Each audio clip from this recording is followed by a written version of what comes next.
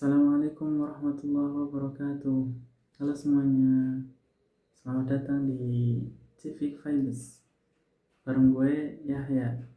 Nah, hari ini kita bakal ngobrolin sesuatu nih. Ngobrolin sesuatu yang deket banget sama keseharian kita.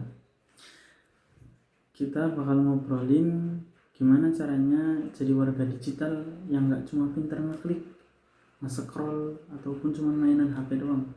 Tetapi kita bakal ngobrolin gimana caranya jadi warga digital yang gak cuma pintar ngeklik tapi juga berkarakter Pancasila. Waduh, berat nih pembahasannya. Tapi memang sih sekarang pembahasan itu lagi rame banget di timeline. Bukan berat, Bi. Justru penting. Karena kan sekarang ruang digital udah jadi rumah kedua kita. Masa di rumah sendiri isinya berantem terus? Nah, bener banget.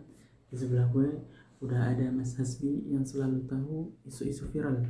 Dan juga ada Manafiah yang bakal ngingetin kita soal nilai-nilai luhur. Dan juga ada Mas Ayas yang menjadi seorang pengamat literasi digital yang bakal bantuin kita bedah fenomena ini. Yuk kita tuntas di dalam beberapa menit ke depan. Halo, Yahya Hasbi Nafiah. Seneng banget bisa gabung. Topik ini emang penting karena digital citizenship kita sedang diuji akhir-akhir tahun ini.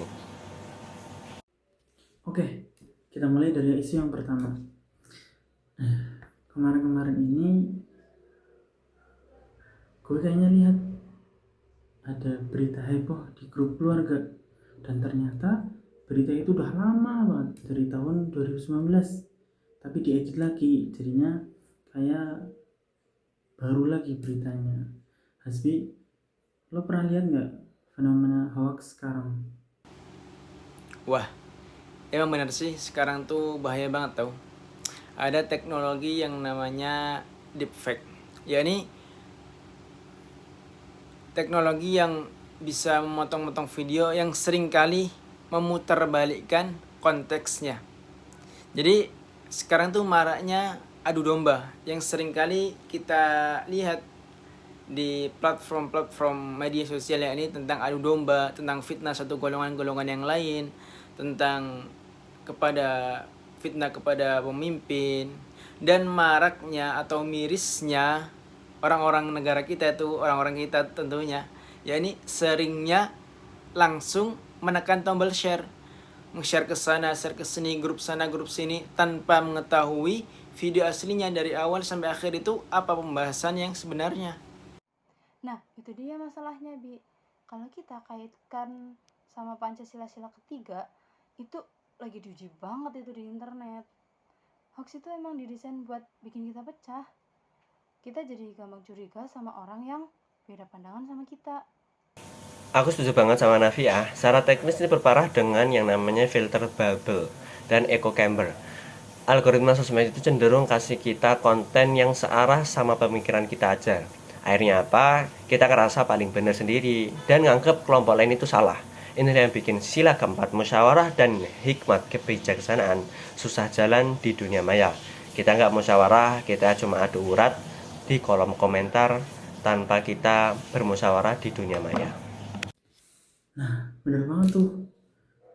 Padahal di sila keempat Pancasila kita semua udah diajarin nih bermusyawarah. Tapi ketika kita lihat di kolom komentar, banyak sekali yang ada malah perang kata, saling adu komentar. Asli dah memang. Isu intoleransi di media sosial sekarang ini lagi marak-maraknya menjadi bahan-bahan ejek-ejekan, bahan olok-olokan untuk menjatuhkan golongan yang lain.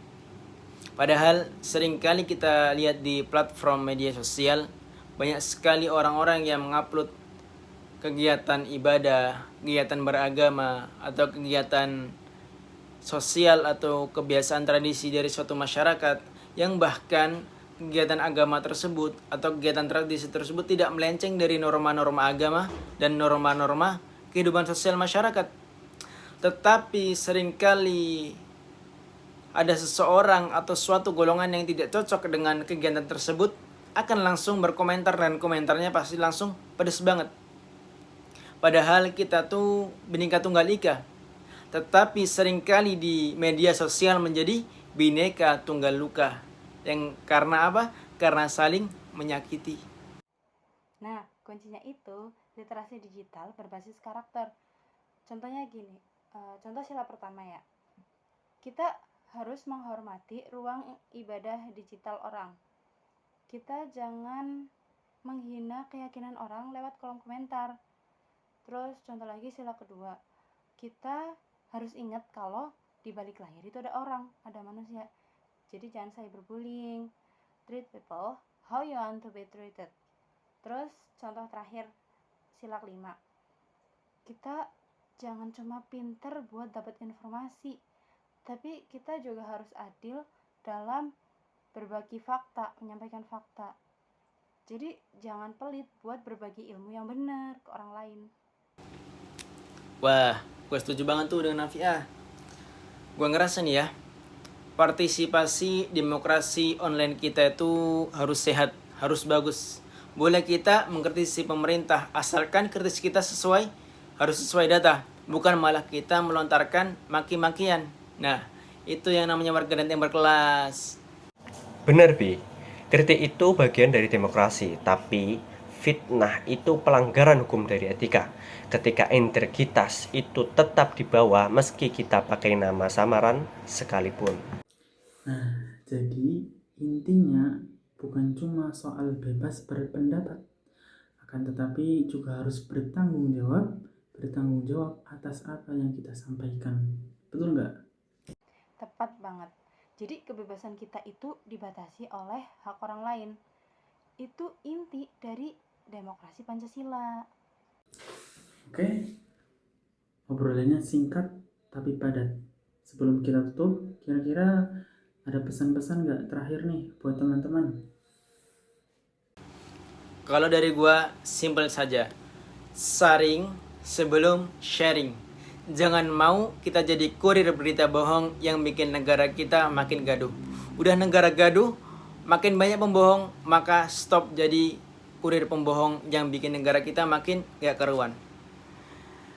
Mari kita jadi netizen yang kritis dan cerdas. Kalau dari aku sih, jadikan Pancasila sebagai filter di jempol kita. Jadi sebelum kita ngetik sesuatu yang jahat, kita tanya dulu ke diri sendiri, apakah ini mencerminkan karakter bangsa yang sopan dan menghargai perbedaan? Gitu sih. Tambahan dari aku sih, jadilah produsen konten positif, jangan cuma jadi penonton. Kalau kita lihat konten-konten hoax, luruskan dengan santun, dengan cara yang baik. Ruang digital kita adalah tanggung jawab kolektif kita bersama. Mantap banget. Ingat ya teman-teman, menjadi warga digital itu adalah sebuah pilihan, dan menjadi warga digital yang berkarakter Pancasila itu adalah sebuah kewajiban. Makasih Mas Ayas yang sudah mampir, dan juga Mas Hasbi dan Mbak Nafiah. Terima kasih. Gue Yahya. Gua Hasbi. Saya Ayas, Dan aku, Nafiah. salam literasi, saya pamit undur diri. Pamit undur diri, salam literasi.